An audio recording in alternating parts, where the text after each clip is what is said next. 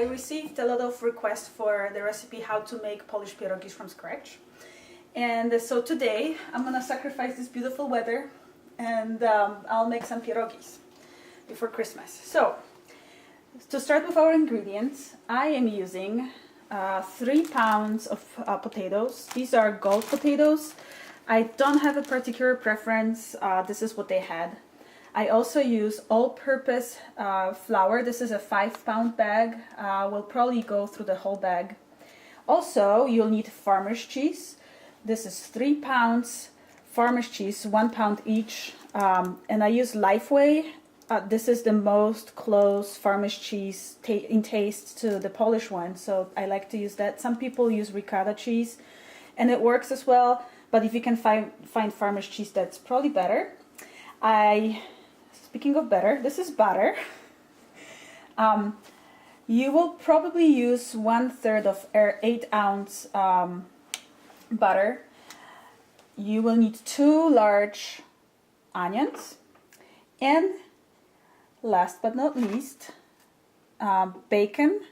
This is a Trader Joe's bought bacon. I like it because it's already pre-cut. I don't have to mess with it. And I'm getting 2 4-ounce packages. So, and of course Kazik, he's supervising to make sure that yeah, he looks a little bit wasted. But to make our filling, I'm going to cook potatoes, and we'll be cooking them for about half an hour. It should be enough for 3 pounds. We don't want them to get too soft. And also, let's put them on high. And also I'll be frying our bacon. And this, you don't want it to fry too fast because you don't want them to get burnt.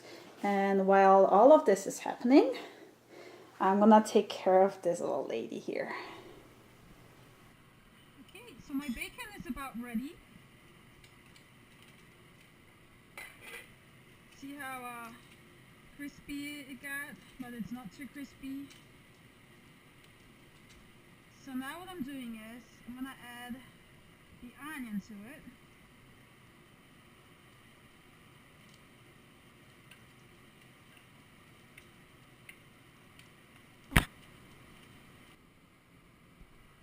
Okay, let's check those. Okay, they're soft and ready to be taken out. So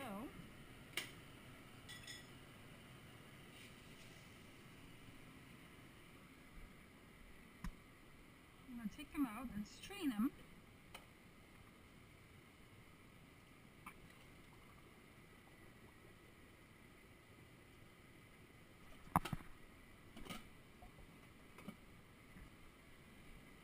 And just let them cool off. Bacon and onion are ready. And this is how it's supposed to look like. Ta-da! Your beautiful onion and bacon. So we're ready for our next step, which is we're going to grind potatoes and cheese. And you want to make sure your potatoes are cooled off since you'll be mixing it with cheese. Our potato and cheese paste is almost ready. After I ground it, I mixed it together. And all you need to do is add some pepper. I like to use the fresh pepper, except, this is almost gone. And I like to add salt. And I don't really have a recipe, you just have to taste and see what tastes good. And once your bacon and onion is cooled off, you can add it to the rest, stir it, and voila! You'll be ready to make your pierogis. So now that our filling is done, magically, here's the filling. It's beautiful and ready. We're gonna keep it covered.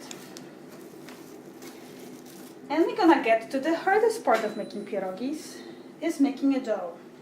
You want to make it by hand. I know people like to use, not First Aid, KitchenAid, and you know, to make it faster and easier. But if you make it by hand, the dough is fluffier and it just tastes better. Plus, it's more traditional.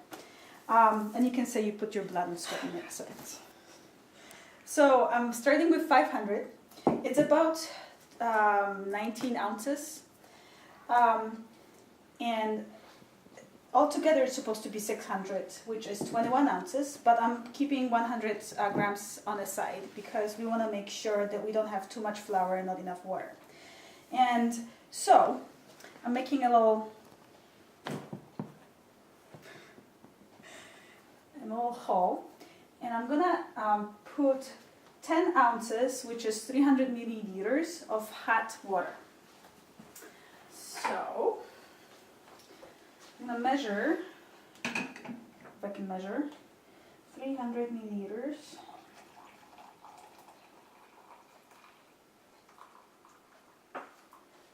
Which is also one and a half cup, which is 12 ounces actually, not 10. Stupid Google. Anyways, I'm going to slowly add water and start mixing it. Another important part is I have melted butter, which is about 3.5 ounces of butter. It's cool, it's not hot. You can use it hot, but... And then you start mixing it slowly. And you mix it until it's nice and soft and it's all bonded together. So all the while you just add water and you mix it. The key is you don't want the dough to be too hard or too watery, and the butter makes it become more fluffy and easier to bind on pierogis. So with that, I'm just gonna keep mixing. Okay, about 2-3 minutes later, your dough is starting to form. So you just keep going and you just keep adding hot water. And a very important part of making Polish pierogis from scratch is you have to be supervised by a cat.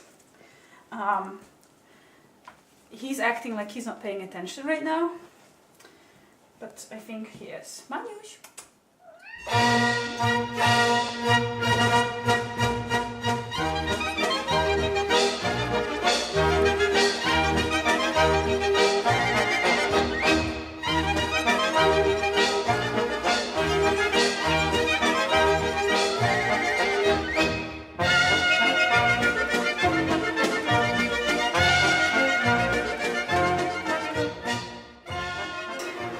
About 7-8 minutes later, our dough is nice and sticky, not too hard, nice and soft and fluffy.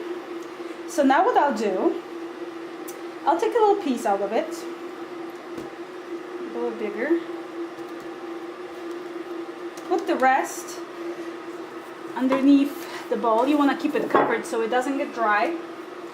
And I'm gonna put a little bit of flour so it doesn't stick to the bottom. And I'm gonna make it really, really flat and thin.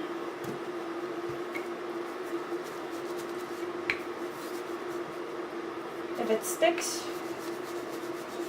you may add a little bit of flour, not too much, because then it's gonna be too hard. What I do is, now that our dough is really, really flat and thin, see how thin it is? I don't know if you can tell, but it's really, really thin. You take a glass and you make circles. You press into it. You make multiple circles.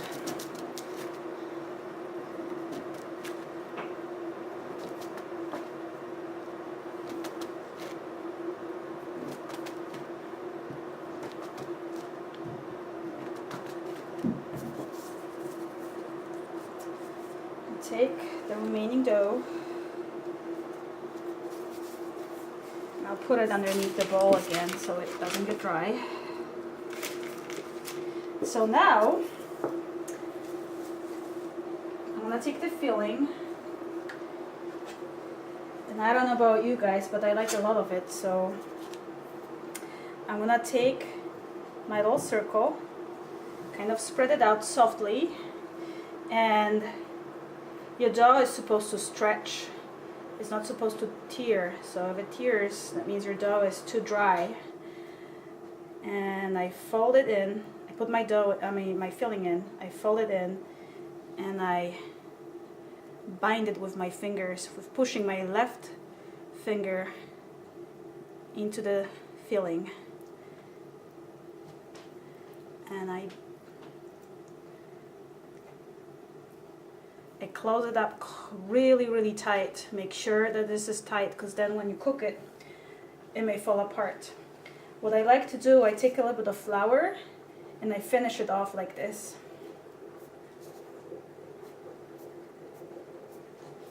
You really make sure that this is really tight. So this is number one. Ta-da! What do you think, Kajik? Oh, he looks excited. So now I'm gonna put a little bit of flour onto a tray, and I put a parchment paper, but it can be in a tray. It doesn't have to be covered with anything. And I put it on, and I keep going. And after I'm done, we're gonna cook it.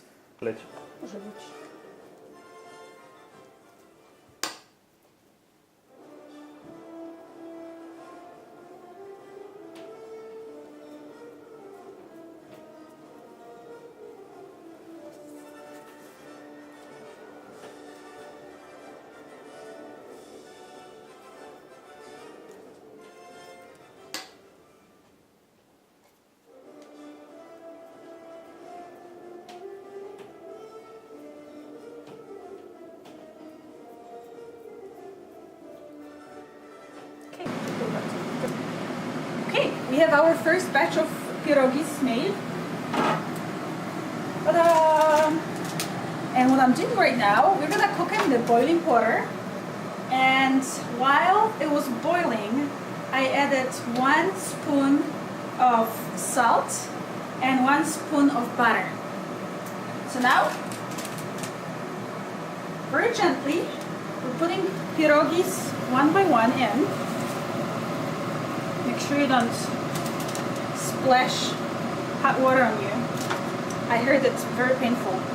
So you drop them in one by one, very gently, and you wait for them to float on the surface of the water. And you may want to kind of gently move it around so they don't stick to each other.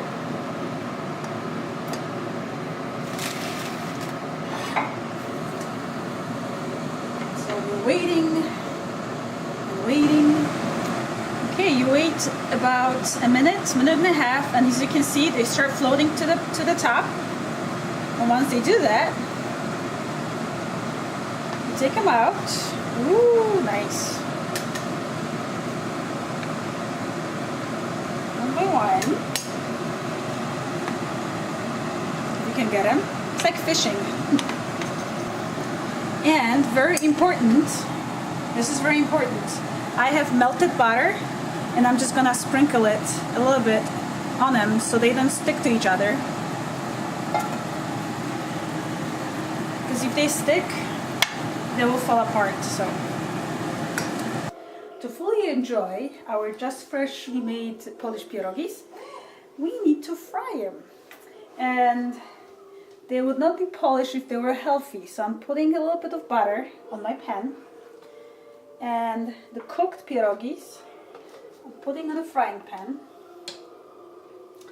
It would be helpful if I turn it on.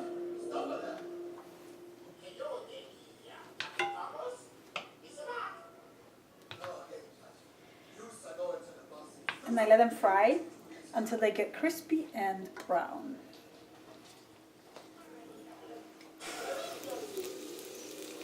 And while you're doing this, it's getting nice and brown, please don't forget to feed your cat.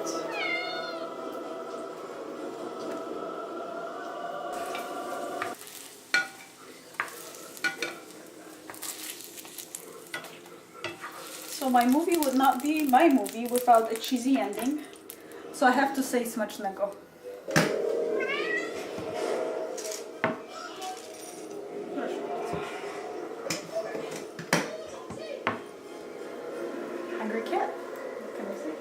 beautiful. Potatoes with not with onions. It's all in the hands, baby. I should cut that out.